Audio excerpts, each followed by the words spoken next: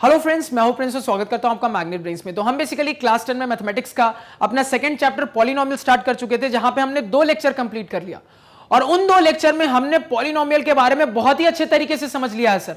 अब हम इतने एक्सपर्ट हो चुके हैं कि किसी भी इस टाइप के एक्सप्रेशन को देख के ये पहचान सकते हैं कि ये एक्चुअली में एक पॉलिनोमियल है कि नहीं है। क्लियर हो गया? अब देखो इस लेक्चर में हम क्या बात करेंगे।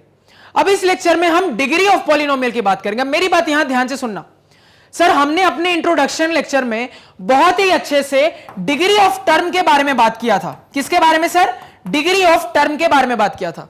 लेकिन इस लेक्चर में अब हम डिग्री ऑफ पॉलिनोमियल की बात करेंगे, यानी डिग्री ऑफ टर्म की कहानी समझ चुके हैं। इस लेक्चर में डिग्री ऑफ पॉलिनोमियल का फंडा समझना है। अब ये डिग्री ऑफ पॉलिनोमियल का फंडा क्या है सर? तो देखो बोर्ड पे क्या लिखा है उस पर ध्यान नहीं दो, जो मैं कह रहा हूं उस पर पहले ध्यान दो। तो सर डिग्री ऑफ पॉलिनोमियल निकालने के लिए पहले तो यह देख लेना कि वो पॉलिनोमियल है, क्योंकि पहले पॉलिनोमियल होगा उसी के बाद हम डिग्री की बात कर सकते हैं। ये बात समझ में आई? यानी कि पहले तो ये चेक करोगे कि आपके पास जो एक्सप्रेशन गिवन है वो एक पॉलिनोमियल है भी कि नहीं, क्योंकि जब तक वो पॉलिनोमियल नहीं होगा तब तक हम उसके डिग्री की बात नहीं कर सकते। तो पहले तो ये देख लिया पॉलिनोमियल है। अब चलो ठीक है, पॉलिनोमियल है। जैसे एग्जांपल के लिए आपके सामने एक एक्सप्रेशन लिखा, क्या ये पॉलिनोमियल है? बिल्कुल है सर, पॉलिनोमियल है। अब डिग्री ऑफ पॉलिनोमियल क्या होता है और कैसे कैलकुलेट करेंगे उसको समझने की कोशिश करते हैं। अब मेरी बात यहां ध्यान से सुनो। तो सर डिग्री ऑफ पॉलिनोमियल निकालने का तरीका यह है कि ऑब्वियस सी बात है सर, अगर मेरे पॉलिनोमियल में सर एक से ज्यादा टर्म्स है, चिंता मत करो, हर बात एक्सप्लेन करूंगा, बस बात को सुनते जाओ। सर अगर मेरे पॉलिनोमियल में एक से ज्यादा टर्म्स हैं तो सर हर टर्म की कोई ना कोई डिग्री होगी, क्योंकि बहुत अच्छे से हम अपने इंट्रोडक्शन लेक्चर में सर डिग्री ऑफ टर्म पढ़ चुके हैं। यानी कि सर मेरा जो पॉलिनोमियल है अगर उसमें एक से ज्यादा टर्म्स हैं तो हर टर्म की कोई ना कोई डिग्री होगी सर। अब जैसे एग्जांपल के लिए मैं आपसे पूछूं इस पहले वाले टर्म की डिग्री क्या होगी सर, तो आप तुरंत अपना जवाब दोगे 2। अब 2 क्यों हुई ये सारी डिटेल मैं आपको उस इंट्रोडक्शन लेक्चर में दे चुका हूं, उसको जाके देखो जिसने नहीं देखा। आगे इसी तरीके से अगर मैं आपसे पूछूं कि सर ये दूसरे वाले टर्म की डिग्री क्या होगी, आप तुरंत अपना जवाब क्या दोगे सर? डिग्री 1 होगी दूसरे वाले की। इसी तरीके से अगर मैं आपसे पूछूं सर तीसरे वाले टर्म की क्या डिग्री होगी, तो तुरंत जवाब दोगे सर तीसरे वाले टर्म की डिग्री 0 होगी, क्योंकि ये कांस्टेंट टर्म है। यानी सर एक पॉलिनोमियल जो मैंने फिलहाल यहां पे लिखा उसमें 3 टर्म्स और तीनों टर्म की अलग अलग डिग्री। लेकिन सर ये पॉलिनोमियल की डिग्री का क्या फंडा है? तो देखो पॉलिनोमियल की डिग्री कैसे डिफाइन की गई है। तो अगर आपका पॉलिनोमियल इस तरीके का है कि उसमें एक से ज्यादा टर्म्स है, तो ये देखो सबसे बड़ी डिग्री वाला टर्म कौन सा है, और जो आपके सबसे बड़ी डिग्री वाले टर्म की डिग्री होती है वही डिग्री पॉलिनोमियल की भी डिग्री कहला जाती है। मैं रिपीट कर रहा हूं, अगर आपके पास कोई पॉलिनोमियल है और वो पॉलिनोमियल में एक से ज्यादा टर्म्स आपको दिख रहे हैं, तो आपको यह देखना है सबसे ज्यादा डिग्री वाला टर्म कौन सा है, क्योंकि जो सबसे ज्यादा डिग्री वाले टर्म की डिग्री होती है ना, वही मेरे पूरे पॉलिनोमियल की डिग्री कहला जाती है। क्लियर? अप्लाई करो यहां पे। यानी कि सर ने कहा कि आपको यह देखना है सबसे बड़ी डिग्री वाला टर्म कौन सा है। अब इस पॉलिनोमियल में अगर मैं आपसे पूछूं कि सबसे बड़ी डिग्री वाला टर्म कौन सा है, आपका जवाब होगा सर ये पहला वाला टर्म। अब इस पहले वाले टर्म की डिग्री क्या है सर? 2 है। यानी कि जो सबसे बड़े डिग्री वाले टर्म की डिग्री होती है यही मेरे पॉलिनोमियल की भी डिग्री कहला जाती है। सर कहानी हो गई खत्म। क्लियर? यानी कुछ नहीं करना है, अपने पॉलिनोमियल में हर टर्म की डिग्री देखनी है और उसमें कंपेयर करके देखना है कि सबसे ज्यादा डिग्री वाला टर्म कौन सा है, क्योंकि सबसे ज्यादा डिग्री वाले टर्म की जो डिग्री होगी यही मेरे पूरे पॉलिनोमियल की डिग्री कहला जाती है। यह समझ में आ गया फंडा? अब देखो यहां पे, अब अगर आपको यह क्लियर है ना, तो अब आपको यह first part of definition clear होगा। देखो फर्स्ट पार्ट में क्या लिखा है, exponent of the highest degree term in a polynomial is known as its degree. यानी क्लियर कट इसने कहा कि आपको अपने पॉलिनोमियल में हाईएस्ट डिग्री वाला टर्म देखना है, और उस हाईएस्ट डिग्री वाले टर्म का जो पावर होगा, पावर को ही एक्सपोनेंट कहते हैं, उस हाईएस्ट डिग्री वाले टर्म का जो पावर होगा ना सर, वही मेरा पॉलिनोमियल का भी डिग्री कहला जाता है। और ये हमने बहुत अच्छे से भी देखा कि कुल मिला के मेरा पॉलिनोमियल का डिग्री है क्या, तो जो मेरे हाईएस्ट डिग्री वाला टर्म है उसकी जो डिग्री है, उसका जो पावर है, उसका जो एक्सपोनेंट है, वही मेरे पॉलिनोमियल की भी डिग्री कहला जाती है। सर ये क्लियर? अब यहां पे कुछ स्टूडेंट्स फिर से कहेंगे सर कि एक डाउट है। क्या डाउट है सर?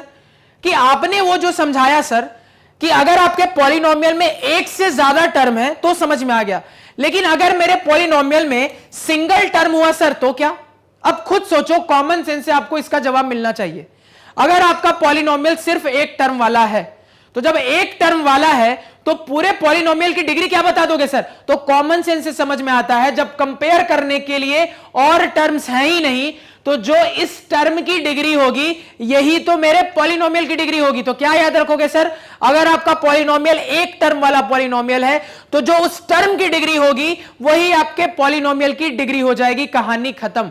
यानी कि यहां पे अगर मैं आपसे कहूं कि मान लो आपका एक टर्म वाला पॉलिनोमियल है 6x3, तो बताओ पॉलिनोमियल की डिग्री क्या होगी? तो क्लियरली दिख रहा है सर, मेरे पॉलिनोमियल में एक ही टर्म है और जो मेरे इस टर्म की डिग्री होगी सर, यही डिग्री मेरे पॉलिनोमियल की भी डिग्री होगी। क्लियरली दिख रहा है सर कि मेरे इस टर्म की डिग्री है 3, यानी मेरे पॉलिनोमियल की भी डिग्री कितनी हो जाएगी सर? 3 हो जाएगी। क्लियर? कोई दिक्कत, कोई परेशानी, कोई समस्या नहीं आनी चाहिए। अब देखो ये जो सेकंड पार्ट में सवाल लिखा है ना, सेकंड पार्ट में जो डेफिनेशन लिखी है, इस डेफिनेशन को हम थोड़ी देर से क्लियर करेंगे। पहले हम क्या करते हैं, कुछ एक्सप्रेशंस में डिग्री निकालने की कोशिश करते हैं। क्लियर हो गया? अब यहां पे मेरी बताई हुई हर बात को याद रखना। कभी भी एक्सप्रेशन देखोगे तो तुरंत डिग्री निकालने के लिए टूटना मत। क्यों? सबसे पहले यह चेक करना कि पॉलिनोमियल है भी कि नहीं, क्योंकि जब तक पॉलिनोमियल नहीं बनेगा तब तक डिग्री की बात नहीं कर सकते। यानी कोई चीज पॉलिनोमियल ही नहीं है और तुम उसका डिग्री निकालने लग रहे हो तो यह बहुत बड़ा ब्लंडर है। पहले यह तो देख लो भाई कि पॉलिनोमियल है भी कि नहीं, क्योंकि जब तक वो पॉलिनोमियल नहीं बनेगा तब तक डिग्री की बात नहीं हो सकती है। अब इस चीज को ध्यान में रखते हुए हम प्रोसीड करते हैं। अब मेरी बात यहां ध्यान देना। सबसे पहले एग्जांपल, तो सर एक एक्सप्रेशन दिखा और क्लियरली हमने जो कंसेप्ट पढ़े हैं उसको देख के समझ में आ रहा है कि ये एक पॉलिनोमियल है, यानी पॉलिनोमियल है। अब डिग्री की बात कर सकते हैं। क्या हो जाएगा सर डिग्री?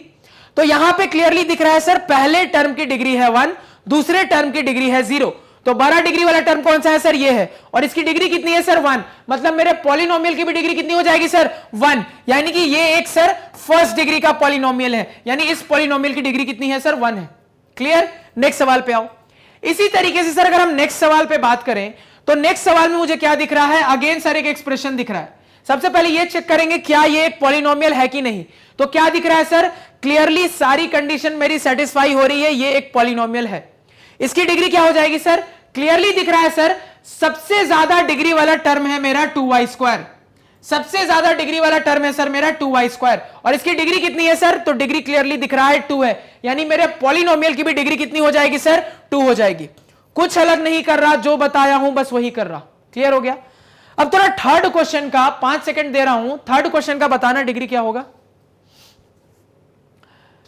अब यहां पे जितने स्टूडेंट ने डिग्री निकाल ली, मतलब उन्होंने मेरे लेक्चर को ध्यान से नहीं देखा। क्यों? क्योंकि अभी जस्ट मैंने कहा था कि डिग्री निकलने के लिए पहले पॉलिनोमियल होना जरूरी है। अब खुद बताओ क्या ये एक पॉलिनोमियल है? तो लास्ट क्लास में एक एग्जांपल लिया था जहां पे मैंने आपको समझाया था, अगर किसी पूरे एक्सप्रेशन पे कोई नेगेटिव पावर लग जाए तो उसको अगर मैं हायर क्लास की मैथमेटिक्स से एक्सपेंड करूंगा तो मैं ये देखूंगा कि ये मेरी वेरिएबल की पावर को नेगेटिव बना देगा, जो कि मेरे पॉलिनोमियल की डेफिनेशन पे फिट नहीं बैठता। यानी कि क्लियरली ऑब्जर्व हो रहा है सर, ये एक पॉलिनोमियल ही नहीं है। तो अगर ये पॉलिनोमियल ही नहीं है तो डिग्री की तो बात ही दूर है सर। क्लियर हो गया? बहुत इंपॉर्टेंट बात। नेक्स्ट सवाल में आ जाओ। अब देखो 4 नंबर सवाल इंटरेस्टिंग हो गया। क्यों इंटरेस्टिंग हो गया? अब देखो, अभी तक जो आप सवाल देख रहे थे वहां बार बार एक वेरिएबल आपको दिख रहा था। यहां पे एक वेरिएबल, यहां एक वेरिएबल, यहां एक वेरिएबल, यहां पे सर आपको 2 वेरिएबल दिख रहे हैं। आपको अपने सवाल में वेरिएबल एक्स भी दिख रहा है, वेरिएबल वाई भी। अब यहां पे बिल्कुल कंफ्यूज नहीं होना है, बस जो कंसेप्ट सिखाया है ना उसी को आंख बंद करके अप्लाई कर दो, आंसर आ जाएगा। क्या मैंने सिखाया था कि अपने सारे टर्म में कंपेयर करके देखो सबसे ज्यादा डिग्री वाला टर्म क्या है। जो सबसे ज्यादा डिग्री वाला टर्म होगा उसी की डिग्री पॉलिनोमियल की डिग्री हो जाती है। कहानी खत्म। यानी यहां पे इस चीज को अप्लाई किया। अब देखो, आपको बहुत अच्छे से मैंने बताया था कि अगर आपका जो टर्म है उसमें मल्टीपल वेरिएबल्स यूज होते हैं तो डिग्री निकालने के लिए हर वेरिएबल की पावर को हम ऐड करके देख लेते हैं, वहां से देखते हैं कि मेरे टर्म की डिग्री क्या है। यानी यहीं पे अगर मैं आपसे पूछूं पहले वाले टर्म की डिग्री क्या है, तो आपका तुरंत जवाब आना चाहिए सर, पहले वाले टर्म में मुझे 2 वेरिएबल दिख रहा है एक्स और वाई। एक्स की पावर है 2, वाई की पावर है 3, तो दोनों के पावर को ऐड कर दूंगा तो आ जाएगा 5। यानी कि सर पहले वाले टर्म की डिग्री है 5, पहले वाले टर्म की डिग्री मैं बता रहा हूं 5। इसी तरीके से सर अगर दूसरे वाले टर्म की डिग्री की बात करूंगा तो क्या दिख रहा है सर, x की पावर 1, y का पावर 2, यानी 1 + 2 3, यानी कि सर दूसरे वाले टर्म की डिग्री है 3। तीसरा वाला टर्म है सर अकेला y, यानी कि सर डिग्री कितनी है 1। चौथा वाला टर्म है सर अकेला x, अगेन डिग्री क्या है सर 1। लास्ट टर्म क्या है, एक कांस्टेंट, यानी कि डिग्री क्या है, 0। अब खुद यहां से देख के बताओ सबसे ज्यादा डिग्री किस टर्म की है सर, तो पहले वाले टर्म की। कितनी डिग्री है सर, 5 है। तो पॉलिनोमियल की डिग्री क्या बता दोगे, 5 बता दोगे, कहानी हो गई खत्म। बस जो बताया उसको ध्यान में रखोगे, खटाखट सवाल बनेंगे। क्लियर है? इसी कंसेप्ट को सवाल नंबर 5 में लगा के बताओ। अब सवाल नंबर 5 में मुझे क्लियरली दिख रहा है सर कि अगेन मेरा जो एक एक्सप्रेशन लिखा है सर, ये एक्सप्रेशन पहले तो पॉलिनोमियल है, बिल्कुल है सर, दिख रहा है पॉलिनोमियल है। अब इस पॉलिनोमियल की डिग्री की बात करूं सर तो क्लियरली ऑब्जर्व हो रहा है, पहले वाले टर्म की डिग्री आ रही है सर 1 + 2 यानी कि 3 + 3 यानी कि 6। दूसरे वाले टर्म की डिग्री आ रही है सर 1 + 1 + 1 यानी कि 3। तीसरे वाले टर्म की डिग्री आ रही है सर 0। सबसे बड़ी डिग्री किस टर्म की है सर, पहले टर्म की। कितनी है सर, 6 है। यानी कि आप इस पॉलिनोमियल की डिग्री कितनी बता दोगे सर, 6 बता दोगे, कहानी खत्म। क्लियर हो गया? अब देखो यहां पे, अब आपको अगर इतना समझ में आ गया है ना, तो सवाल नंबर 6 और 7 को डिस्कस करने से पहले ना इस डेफिनेशन को थोड़ा क्लियर कर लेते हैं। अब देखो ये जो डेफिनेशन आपके बुक्स में आपको जनरली मिलेगी ना, वो इसलिए आपको मिलती है क्योंकि आपको अपने सिलेबस में ना सिर्फ 1 वेरिएबल वाले पॉलिनोमियल्स के बारे में पढ़ना है। इसी वजह से देखो ये डेफिनेशन क्या लिखी है, the highest power of x in a polynomial is called its degree of a polynomial.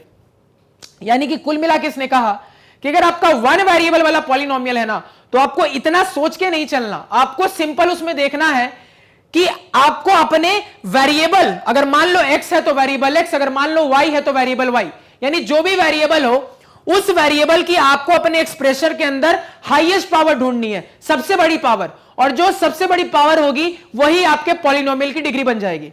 चीज समझ में आई? क्या कहा इसने? इसने कहा कि आपको क्लास 10th के सिलेबस में सिर्फ एक वेरिएबल वाला पॉलिनोमियल पढ़ना है, उसी पे बेस्ड आपको ये वाली डेफिनेशन बताई गई है। ये वाली डेफिनेशन क्या कहती है? तो ये कहती है कि आपको अपने पॉलिनोमियल में सबसे ज्यादा पावर वाला वेरिएबल ढूंढना है, और जो सबसे ज्यादा पावर वाला वेरिएबल का पावर होगा ना, वही आपके पॉलिनोमियल की डिग्री बन जाएगी सर। और यही तो हमने अभी जस्ट देखा था। कुछ अलग बात बोली क्या इसने? कुछ अलग नहीं बोला। यानी इस चीज को यहां पे सवाल नंबर 1 और 2 में अगर मैं अप्लाई करूं, क्योंकि क्लियरली दिख रहा है सर, सवाल नंबर 1 में भी एक वेरिएबल है, सवाल नंबर 2 में भी एक वेरिएबल वाला पॉलिनोमियल है। ये सर जो है आपका 2 वेरिएबल वाला पॉलिनोमियल है, ये भी सर है आपका 3 वेरिएबल वाला पॉलिनोमियल है। एक वेरिएबल वाला पॉलिनोमियल सर सवाल नंबर 1 और 2 में है। तो सवाल में जो डेफिनेशन दी गई सर, उसके हिसाब से मुझे अपने 1 वेरिएबल वाले पॉलिनोमियल में बस अपने वेरिएबल की सबसे बड़ी पावर को ढूंढना है, और वही सबसे बड़ी पावर मेरे पूरे पॉलिनोमियल की डिग्री बन जाती है। अब इसी चीज को मैं इस एग्जांपल नंबर 1 में लगाऊं तो क्लियरली दिख रहा है सर, मेरे वेरिएबल की सबसे बड़ी पावर यहां पे है और वो पावर है 1, यानी मेरे पूरे पॉलिनोमियल की ही डिग्री कितनी हो जाएगी, 1। डिग्री 1 ही आ रही थी सर। इसी तरीके से ये जो दूसरा मेरा पॉलिनोमियल है सर, अगेन सर एक वेरिएबल वाला पॉलिनोमियल है।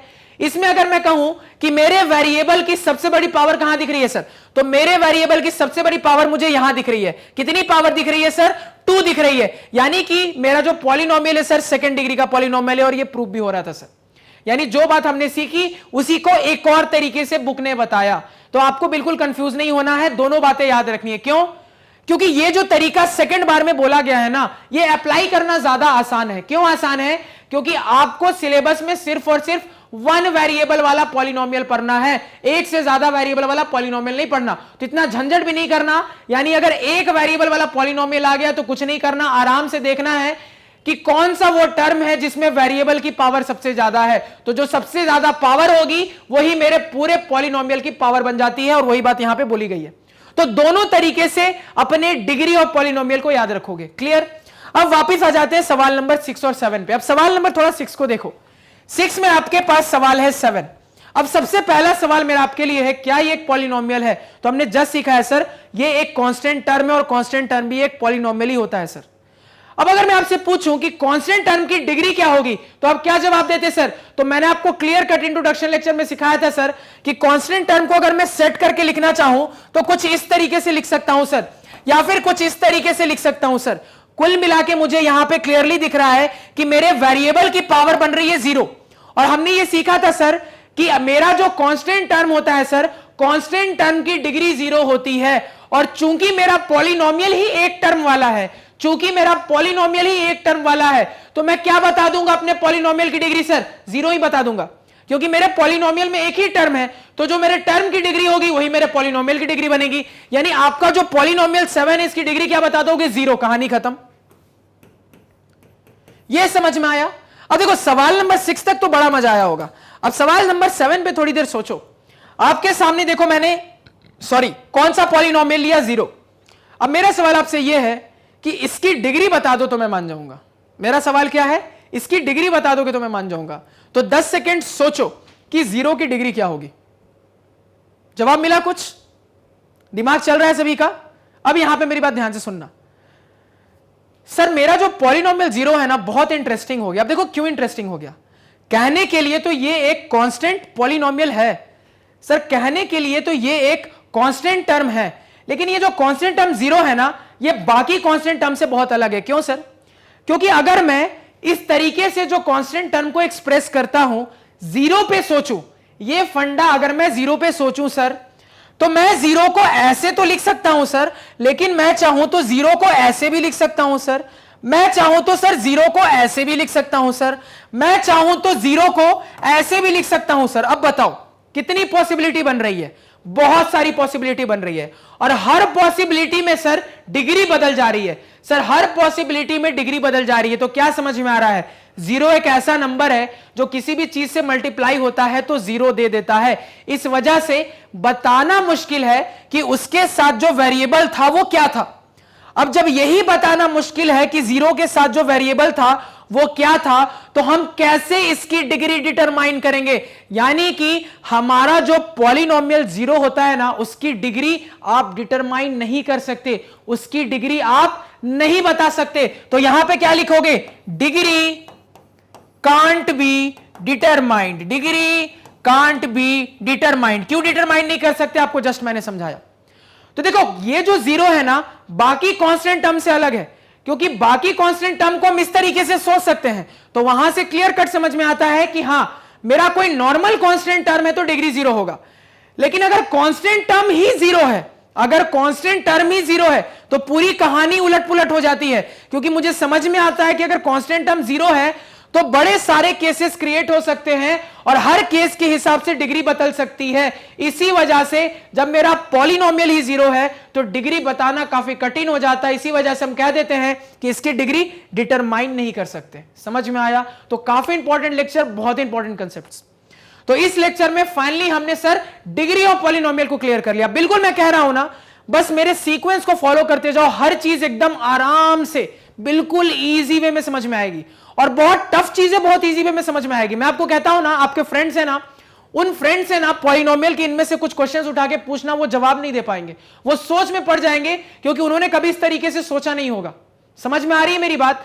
तो जो कॉम्प्लिकेटेड चीजें मैंने आपको इतने सिंपल तरीके से समझा दी ना, वो चीज आप रियलाइज करो कि आपके लिए कितनी ज्यादा इंपॉर्टेंट है। क्योंकि हो सकता है आपके बहुत करीबी फ्रेंड को ही ये चीज ना पता हो सकता है आपका वो फ्रेंड आपसे ज्यादा पढ़ने में तेज हो, लेकिन उसके बावजूद आपको वो वाली चीज उसे नहीं पता हो।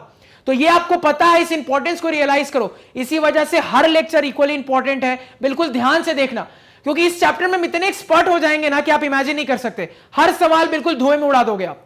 क्लियर? तो सबसे पहले हमने ये सीख लिया कि कब किसी एक्सप्रेशन को देख के कहना है कि वो पॉलिनोमियल है कि नहीं है। और जैसे ही हमने अब ये देख लिया कि पॉलिनोमियल कैसे कहेंगे, तो हमने डिग्री ऑफ पॉलिनोमियल भी निकालना सीख लिया सर। अब डिग्री ऑफ पॉलिनोमियल इस लेक्चर में देख लिया सर, अब आगे जाके नेक्स्ट लेक्चर में हम टाइप्स ऑफ पॉलिनोमियल की बात करेंगे सर। तो आई होप इस लेक्चर में जितनी चीजें बताई आपको क्लियर है, कोई भी डाउट नहीं है, दिमाग में लगे कोई भी डाउट है, कोई इश्यूज नहीं है, कमेंट सेक्शन में बताओ। तो आज के पढ़ाए हुए नोट्स आप हमारी ऑफिशियल वेबसाइट magnetbrains.com से डाउनलोड कर सकते हैं, जिसका लिंक वीडियो के डिस्क्रिप्शन में है। magnetbrains.com पे आपको क्लास 4 से लेकर 12 तक सारे सब्जेक्ट्स और कोर्सेज मिल जाते हैं, वो भी सिस्टमैटिक ऑर्डर में अरेंज्ड। Thank you.